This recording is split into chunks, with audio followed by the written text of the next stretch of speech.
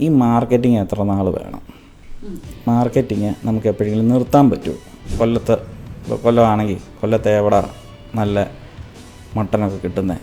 പണ്ട് കാലത്തെ പോലല്ല ഇപ്പം ഈ പ്രൊഫഷനെ ആൾക്കാർ കാണും.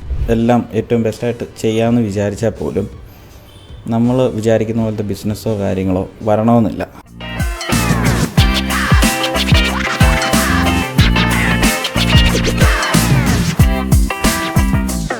നമസ്കാരം. നമ്മുടെ ഇന്നത്തെ ഈ കാലഘട്ടത്തിൽ റെസ്റ്റോറൻറ്റ്സിന് മാർക്കറ്റിംഗ് ആവശ്യമാണെന്ന് നമുക്കെല്ലാവർക്കും അറിയാം, അല്ലേ? പക്ഷേ അതുകൊണ്ട് മാത്രം ഒരു ഹോട്ടലോ അല്ലെങ്കിൽ റെസ്റ്റോറൻറ്റോ സക്സസ്ഫുൾ ആകുമോ?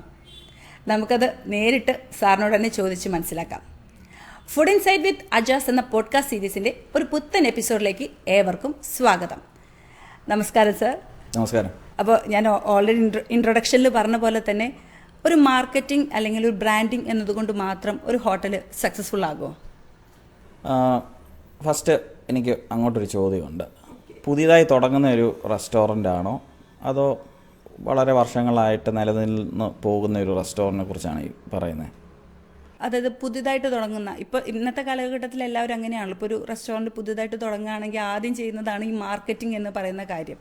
ഈ പഴയ കാലഘട്ടത്തിൽ ഓൾറെഡി അവർക്കൊരു ലെഗസി ഉണ്ട്, അപ്പോൾ അതുകൊണ്ട് അവരങ്ങനെ അത് ചെയ്ത് നമ്മളധികം കണ്ടിട്ടില്ല.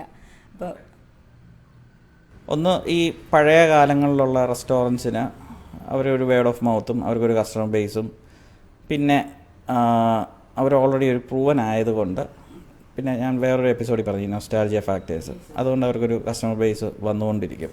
പിന്നെ പലരും തൻ്റെ നാട്ടിൽ ഒരു പ്രൈഡായിട്ടുള്ള ഒരു സ്ഥാപനം എന്നുള്ള രീതിയിൽ വിളിച്ചിട്ട് വരും. അപ്പം അങ്ങനെയുള്ള സ്ഥാപനങ്ങൾക്ക് മാർക്കറ്റിംഗ് അത്ര വലിയ ആവശ്യം വരത്തില്ല. പക്ഷെ പുതിയതായിട്ടൊരു റെസ്റ്റോറൻറ്റ് തുടങ്ങുമ്പോഴത്തേക്കും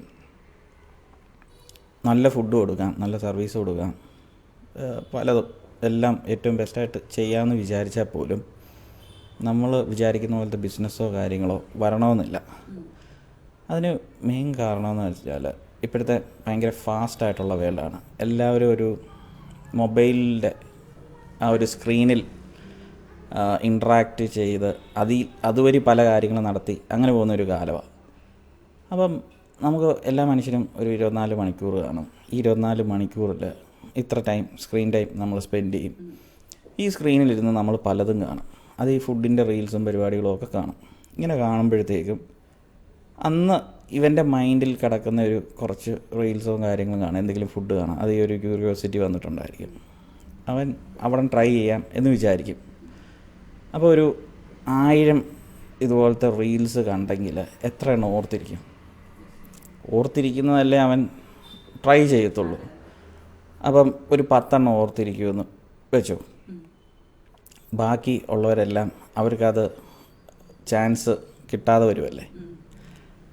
അപ്പം എഫക്റ്റീവായിട്ട് മാർക്കറ്റിംഗ് ചെയ്ത് ഇതിൻ്റെ മുന്നിൽ വന്ന് അവരുടെ ആ ഫുഡ് ഒരു പ്രാവശ്യമെങ്കിലും ടേസ്റ്റ് ചെയ്തെങ്കിൽ മാത്രമേ അവരുടെ ക്വാളിറ്റിയും അവരുടെ പ്രത്യേകതകളൊക്കെ അറിയാൻ പറ്റത്തുള്ളൂ. അതുകൊണ്ട് മാർക്കറ്റിംഗ് ഭയങ്കര ഇമ്പോർട്ടൻ്റ് ആണ്. ഇനി രണ്ടാമത്തെ ഒരു സംഭവം, ഈ മാർക്കറ്റിംഗ് എത്ര നാൾ വേണം? മാർക്കറ്റിംഗ് നമുക്ക് എപ്പോഴെങ്കിലും നിർത്താൻ പറ്റുമോ? അത് ഡിപ്പെൻഡിങ് ഓൺ നമ്മുടെ ലൊക്കേഷനും കസ്റ്റമേഴ്സിനെയും ഡിപ്പെൻഡ് ചെയ്തിരിക്കും. ഇപ്പോൾ ഒരു കോളേജിൻ്റെ അടുത്തുള്ളൊരു സ്ഥാപനമാണെന്ന് വെക്കുക. അപ്പം നമ്മൾ കേരളത്തിൽ നിന്ന് പല കുട്ടികളും ബാംഗ്ലൂർ അല്ലെ അങ്ങനെയുള്ള പല സ്ഥലങ്ങളിലൊക്കെ പോയി പഠിക്കുന്ന സ്ഥാപനത്തിൻ്റെ അടുത്തൊരു ഹോട്ടലുണ്ടെന്ന് വെച്ചു. ഇവരുടെ പഠനശേഷം ഇവർ പോകും. പിന്നെ ഫസ്റ്റ് ഇയറിൽ കുറേ പുതിയ പിള്ളേരും ഒക്കെയാണ് വരുന്നത്. ഇവരെങ്ങനെ അവിടെ ഒരു സ്ഥാപനം ഉണ്ടെന്ന് എങ്ങനെ അറിയും? അപ്പോൾ അവർ മാർക്കറ്റിംഗ് കണ്ടിന്യൂസ് ചെയ്തിട്ട് മാത്രമല്ലേ അറിയാൻ സാധിക്കത്തുള്ളൂ. അപ്പോൾ ഡിപ്പെൻഡിങ് ഓൺ ലൊക്കേഷനും എങ്ങനെയാണ് കസ്റ്റമർ ബേസ് ഫ്ലോട്ടിംഗ് ആണോ അതനുസരിച്ച് ചില സ്ഥാപനങ്ങൾക്ക് അവരുടെ ലൊക്കേഷൻ എവിടെയാണോ ഇരിക്കുന്നത് അതനുസരിച്ച് ചിലപ്പം മാർക്കറ്റിംഗ് കണ്ടിന്യൂസ് ചെയ്യേണ്ടതായിട്ട് വരും. ഇപ്പോൾ സാർ സംസാരിച്ചത് ഒരു പോസിറ്റീവ് സൈഡിലാണ്, അല്ലേ? മാർക്കറ്റിങ്ങിൻ്റെ വളരെ പോസിറ്റീവായിട്ടുള്ളൊരു സൈഡാണ് സംസാരിച്ചത്. അതേസമയം ചില ഫേക്ക് സൈഡും ഉണ്ട്, അല്ലേ? അതായത് ചില ഫുഡ് നമ്മളോട് മാർക്കറ്റിങ്ങിൻ്റെ പരമായിട്ട് നോക്കുമ്പോൾ നമ്മളോട് പറയും നല്ല ഫുഡാണ് എന്നൊക്കെ പറഞ്ഞ് നമ്മൾ ടേസ്റ്റ് ചെയ്യാൻ ചെല്ലുമ്പോൾ ഒന്നിനും എന്ന് വെച്ചാൽ നമുക്ക് ഒട്ടും യോജിക്കാൻ പറ്റാത്ത ഫുഡായിരിക്കും. അത്തരത്തിലുള്ള ഫേക്ക് മാർക്കറ്റിംഗ് അതിനോടൊക്കെ എങ്ങനെയാണ്? ശരിക്കും നിങ്ങളുടെ ഈ ചോദ്യത്തിൽ തന്നെ ഇതിൻ്റെ ഉത്തരവുണ്ട്. അതായത് മോശമായ ഫുഡ് തന്നാൽ നിങ്ങൾ തിരിച്ചു പോകും? ഇല്ല. അപ്പോൾ ആ മാർക്കറ്റിംഗ് കൊണ്ട് എന്താ പ്രയോജനം? ഒരു പ്രാവശ്യം വരുത്താം, ഇല്ലേ? അത്രേ ഉള്ളൂ. അത് തന്നെയാണ് ഉത്തരം. ഓക്കെ സാർ, അതുപോലെ തന്നെ ഇപ്പോൾ സാധാരണക്കാരൻ ഒരു ദിവസം ഒരു ഒഴിവ് ദിവസമാണെങ്കിൽ ഒരു സിനിമയ്ക്കോ അല്ലെങ്കിൽ ഒരു റെസ്റ്റോറൻറ്റോ ഒക്കെ നോക്കുന്നത് കൂടുതലും എന്ന് പറയാം നമ്മൾ ഗൂഗിൾ റിവ്യൂ ഒക്കെ വെച്ചിട്ടാണ്. അതായത് ഏറ്റവും നല്ല സിനിമ ഏതാണ്, ഏറ്റവും നല്ല ഫുഡ് കിട്ടുന്ന റെസ്റ്റോറൻറ്റ് ഏതാണ്. സത്യത്തിൽ അതൊരു നല്ലൊരു പ്രവണതയാണോ ഗൂഗിൾ റിവ്യൂ വെച്ച് ഒരു ഹോട്ടലൊക്കെ നമ്മൾ ചൂസ് ചെയ്യുന്നത്? അല്ലെങ്കിൽ തന്നെ ഇപ്പോൾ ഗൂഗിൾ റിവ്യൂ അവിടെ നിൽക്കട്ടെ, അല്ലെങ്കിൽ ഒരു സാധാരണക്കാരൻ എങ്ങനെയാണ് നല്ലൊരു റെസ്റ്റോറൻറ്റ് തിരഞ്ഞെടുക്കേണ്ടത്? ഇത് ഞാനൊരു ഫുഡി എന്നുള്ള രീതി ഞാൻ പറയാം. ഗൂഗിൾ റിവ്യൂവിൻ്റെ അധികം ടെക്നിക്കൽ വശങ്ങളൊന്നും എനിക്കറിയില്ല.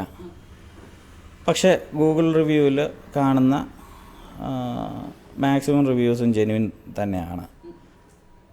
പിന്നെ ഏതെങ്കിലും സ്ഥാപനത്തിൽ എന്തെങ്കിലും ഇഷ്യൂസൊക്കെ വരുമ്പം കുറേ പേര് ഒരുമിച്ച് പോയി നെഗറ്റീവ് റിവ്യൂസൊക്കെ ചെയ്യാറുണ്ട്. പക്ഷേ ഇപ്പോഴത്തെ ഗൂഗിളിൻ്റെ ടെക്നോളജി ചെയ്യും ബെറ്ററാണ്. അങ്ങനത്തെ ഇഷ്യൂസൊക്കെ വരുമ്പോൾ അവരത് റിവ്യൂ ചെയ്യാൻ പറ്റാത്ത രീതിയിൽ അത് ഓഫ് ചെയ്യുന്ന ഒക്കെ അങ്ങനെ ഞാൻ കണ്ടിട്ടുണ്ട്. അപ്പം ഗൂഗിൾ റിവ്യൂ വിശ്വസിക്കാൻ പറ്റുന്നതാണ്. ഇതല്ലാതെ ഗൂഗിൾ റിവ്യൂ അല്ലാതെ ഡിജിറ്റൽ അല്ലാത്ത രീതിയിൽ എനിക്കറിയാവുന്ന ആ സ്ഥലത്തു നിന്നുള്ള എൻ്റെ ഒരു ഫ്രണ്ടിനെ വിളിച്ചിട്ട്, ഇവിടെ കൊല്ലത്ത്, ഇപ്പോൾ കൊല്ലമാണെങ്കിൽ കൊല്ലത്തെ എവിടെ നല്ല മട്ടനൊക്കെ കിട്ടുന്നത്, അല്ല ബിരിയാണി എവിടെ കിട്ടും, അല്ല ചിക്കൻ ഫ്രൈ എവിടെ കിട്ടും എന്ന് സ്പെസിഫിക് ആയിട്ട് ചോദിച്ചാൽ അവനറിയാമെങ്കിൽ അത് പറഞ്ഞു തരും. അറിയത്തില്ലെന്ന് പറയും. അപ്പം പല സ്ഥലത്തും നമുക്ക് ഫ്രണ്ട്സിൻ്റെ ഫ്രണ്ട്സോ ഒക്കെ കാണാം. അവരുടെ റെഫറൻസ് വഴി നമുക്ക് അറിയാവുന്നതാണ്. പിന്നെ ഗൂഗിൾ റിവ്യൂ നോക്കാം. ഗൂഗിൾ റിവ്യൂ മെയിൻറ്റെയിൻ ചെയ്യണം അല്ലേ നമ്മൾ? ഒരു ഗൂഗിൾ റിവ്യൂ തന്നെ ഓർഗാനിക്കായിട്ട് ഫോം ചെയ്യുന്നതല്ലേ. പിന്നെ വേറൊരു സംഭവമുണ്ട്. നമുക്ക് ഇപ്പം നമ്മുടെ സ്റ്റാഫ് നല്ല സ്മാർട്ടാണ്, സർവീസ് ചെയ്യുന്ന നല്ല ക്യാഷിലൊക്കെ ഇരിക്കുന്നവർ ആണെങ്കിൽ ചില കസ്റ്റമേഴ്സ് വരുമ്പോൾ സാറ് ഫുഡ് എങ്ങനെ ഉണ്ടായിരുന്നു, റിവ്യൂ ചെയ്താൽ നന്നായിരിക്കും എന്നൊക്കെ പറയുമ്പം അങ്ങനെ റിവ്യൂ വരും. അത് നല്ലതാണ്. അത് നമ്മുടെ സ്റ്റാഫ്സിനെയൊക്കെ ഒന്ന് മോട്ടിവേറ്റ് ചെയ്താൽ അവരത് ചെയ്തു തരും. സാർ, അതുപോലെ തന്നെ ഇപ്പോൾ ഈ ചിക്കൻ, ബീഫ് അല്ലെങ്കിൽ എണ്ണ, അതിൻ്റെയൊക്കെ വിലകൾ ഇങ്ങനെ ഫ്ലക്ച്വേറ്റ് ചെയ്തുകൊണ്ടായിരിക്കുന്നത്. ഒരിക്കലും ഒരു ഒറ്റ വിലയിലല്ല, എപ്പോഴും ഇങ്ങനെ ഫ്ലക്ച്വേറ്റ് ചെയ്തുകൊണ്ടിരിക്കും. അത് ഈ ഹോട്ടൽ ജീവനക്കാരെയൊക്കെ ബാധിക്കുന്നില്ലേ? ഓക്കെ, നോർമലി നമ്മൾ കോസ്റ്റിങ് ചെയ്യുമ്പോഴത്തേക്കും ഈ ഫ്ലക്ച്വേറ്റിംഗ് പ്രൈസസ് ഒരു ഹയർ എൻഡ് വെച്ചിട്ട് ആണ് നമ്മൾ മാർജിൻ നോക്കുന്നത്. അപ്പോൾ നമുക്ക് കിട്ടുന്ന ഈ പ്രോഫിറ്റ് എന്ന് പറയുന്നത് ഒരു വേരിയബിളായിട്ടുള്ള പ്രോഫിറ്റ്, എപ്പോഴും ഒരു കറക്റ്റ് ഒരു അളവിലല്ലായിരിക്കും. അപ്പം ഒരു മന്ത്ലി ആവറേജ് അല്ലെങ്കിൽ ഇയർലി ആവറേജ് വെച്ച് നമുക്കത് കാൽക്കുലേറ്റ് ചെയ്യാനേ പറ്റത്തുള്ളൂ. വേറെ വഴിയൊന്നുമില്ല. പിന്നെ ഈ വർഷം നമ്മൾ അങ്ങനെ കാൽക്കുലേറ്റ് ചെയ്യുമ്പം നമുക്ക് ശരിക്ക് കിട്ടേണ്ട പ്രോഫിറ്റിലും എത്ര താന്നു എന്ന് മനസ്സിലാകുമ്പം അതിനനുസരിച്ച് നമുക്ക് അടുത്ത മെനു റിവൈസ് ചെയ്യാം, പ്രൈസ് ചേഞ്ച് ചെയ്യാം. സാർ, അതുപോലെ തന്നെ പലർക്കും പല പാഷനാണുള്ളത് അല്ലേ? ചിലർക്ക് എഞ്ചിനീയറിംഗ്, ഡോക്ടർ. ഇപ്പോൾ ഈ റെസ്റ്റോറൻറ്റ് അല്ലെങ്കിൽ ഈ ഫുഡ് ഇൻഡസ്ട്രിയിൽ ഇൻട്രസ്റ്റുള്ള ഒരുപാട് കുട്ടികൾ നമ്മുടെ ചുറ്റുമുണ്ട്. അപ്പോൾ അവരെ സംബന്ധിച്ച് ഈ ഒരു ഇൻഡസ്ട്രിയിൽ വരാനോ അല്ലെങ്കിൽ ഇവിടെ നിൽക്കാനോ ഏതെങ്കിലും ഒരു കോഴ്സ് തന്നെ പഠിക്കണം അല്ലെങ്കിൽ ഒരു എഡ്യൂക്കേഷൻ്റെ ഒരു ബാക്ക്ഗ്രൗണ്ട് വേണം എന്ന് നിർബന്ധമുണ്ടോ? ശരിക്കും ഇതിന് രണ്ട് സൈഡുണ്ട്. ഒന്ന് ശരിക്കുള്ള സ്കിൽ സെറ്റ് ഡെവലപ്പ് ചെയ്യുക എന്നുള്ളൊരു സൈഡും, ഒന്നൊരു സർട്ടിഫിക്കറ്റ് ഒപ്പിക്കുക എന്നുള്ളൊരു സൈഡും.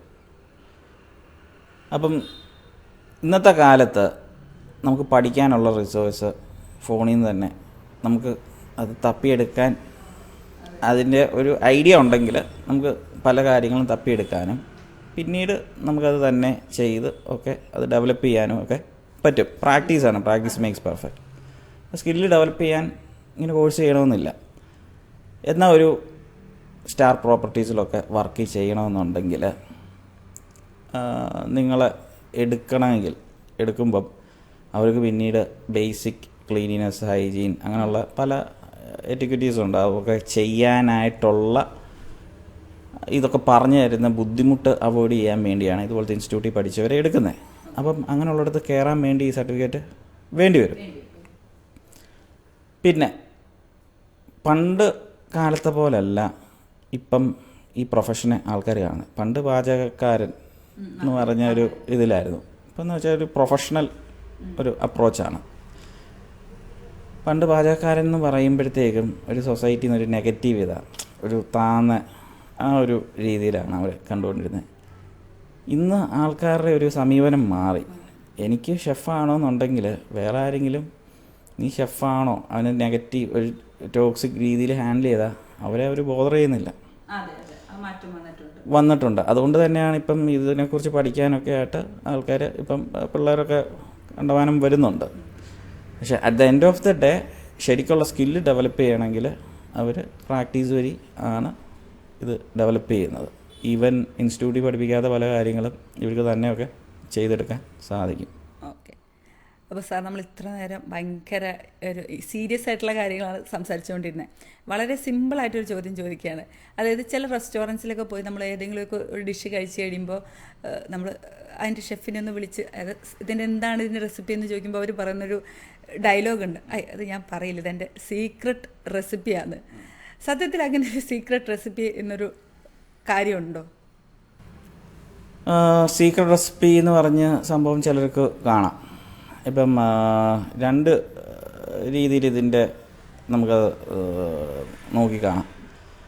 ഇപ്പം നമ്മളെ വീട്ടിലൊക്കെ മീൻ കറി ഇതൊക്കെ വെക്കുമ്പം ചിലർ കുറച്ച് ഉലുവയൊക്കെ ഇടും. അതായിരിക്കും അവരുടെ ഒരു സീക്രട്ട് ഫോർമുല. അപ്പം അങ്ങനെ ചില ഇൻഗ്രീഡിയൻസ് ആയിരിക്കും അതിനെ ഒരു ബൂസ്റ്റ് ചെയ്യുന്നത്. അപ്പോൾ അവർക്ക് ആ ഒരു കിട്ടുന്ന അപ്രിസിയേഷൻ വേറൊരാൾക്ക് കിട്ടരുതെന്നുള്ള രീതിയിൽ അവർ അത് റിവീൽ ചെയ്യാറില്ല. പക്ഷെ ഒരു ബിസിനസ് എന്നുള്ള ഇതിൽ വരുമ്പോഴത്തേക്കും ഒരു സീക്രട്ട് റിവീൽ ചെയ്യുമ്പോഴത്തേക്കും കോമ്പറ്റീറ്റേഴ്സ് വരുന്നു, ഇവരുടെ മാർക്കറ്റ് ഷെയർ പോകും, ഇവരുടെ ബിസിനസ് കുറയും. അപ്പം ആരും ഒബ്വിയസ്ലി ഇത് ഷെയർ ചെയ്യത്തില്ല. ഇപ്പം ഞങ്ങളുടെ തന്നെ റെസിപ്പീസ് ഒരു പ്രൊഡക്ഷൻ സെൻറ്റർ വേറൊരു സ്ഥലത്ത് ചെയ്ത് ഇതിൻ്റെ എങ്ങനെയാണിത് ചെയ്യുന്നതെന്നൊരു ഐഡിയ കൊടുക്കാതെയാണ് ഞങ്ങൾ ചെയ്യുന്നത്. അപ്പം ഔട്ട്ലെറ്റ്സിൽ ഇവർ വരുന്നു, അവർക്ക് SOP കാണും, ആ SOP വെച്ച് നേരെ പ്രിപ്പയർ ചെയ്യുന്നു. ഏത് ദിവസം ചെയ്താലും ആ സെയിം ടേസ്റ്റ് അവർക്ക് കിട്ടുന്നു. കസ്റ്റമേഴ്സ് ഹാപ്പി, ഇവർക്ക് പൈസ കിട്ടുന്നു, എല്ലാവരും ഹാപ്പി, കോമ്പറ്റീറ്റേഴ്സും പിള്ളേർന്നിട്ട്. അപ്പോൾ സാറിന് തയ്യാറല്ല സീക്രട്ട് റെസിപ്പി? ആരും തയ്യാറല്ല. അപ്പോൾ തയ്യാറുള്ളവർ നമ്മുടെ കമൻറ്റ് ബോക്സിൽ അവരുടെ സീക്രട്ട് റെസിപ്പി പറയട്ടെ എന്ന് നമുക്ക് വിചാരിക്കാം അല്ലേ? അത്ര മഹാമനസ്കുള്ളവർ പറയട്ടെ. അപ്പോൾ അങ്ങനെ പറയാൻ താല്പര്യമുള്ളവർ നമ്മുടെ കമൻറ്റ് ബോക്സിൽ നിങ്ങളുടെ സീക്രട്ട് റെസിപ്പി തുറന്ന് പറയുക. അപ്പോൾ ഇതുപോലെ രസകരമായതും ഇൻട്രസ്റ്റിംഗ് ആയിട്ടുള്ള ചോദ്യങ്ങളുമായി നമുക്ക് അടുത്ത എപ്പിസോഡിൽ കാണാം. അതുവരെ ബൈ. അൽഫാം ഭയങ്കര ഡ്രൈ ആയിട്ടുള്ളൊരു ഡിഷാണ്. അപ്പം എനിക്കൊരു ആശയം തോന്നി, ഈ ഗ്രേവി പോലത്തെ ഒരു സംഭവം ഈ അൽഫാത്തിൽ തന്നെ ഉണ്ടെങ്കിൽ ആൾക്കാർക്ക് ഒരു കറി എക്സ്ട്രാ ഓർഡർ ചെയ്യാൻ വേണ്ട. മലയാളികളുടെ ലൈഫ് സ്റ്റൈൽ മാറുന്നുണ്ട്. കൂടുതലും ഗൾഫ് മേഖലകളിലാണ് പോയത്. അതുകൊണ്ടാണ് ഈ അറബിക്കൊക്കെ ഇവിടെ വന്നത്. നമ്മൾ മലയാളീസ് ജ്യൂസി എന്ന് പറയുന്നത് ശരിക്കും ജ്യൂസി അല്ല, ഈ മസാല കണ്ടമാനം ഉള്ളതിനെയാണ് അവർ ജ്യൂസി എന്ന് പറയുന്നത്. ഇതാണ് ബേസിക്ക് വേണ്ടത്. മിക്കവരും ഒരു 90% ആൾക്കാരും ചെയ്യുന്ന ഒരു മിസ്റ്റേക്കാണ്.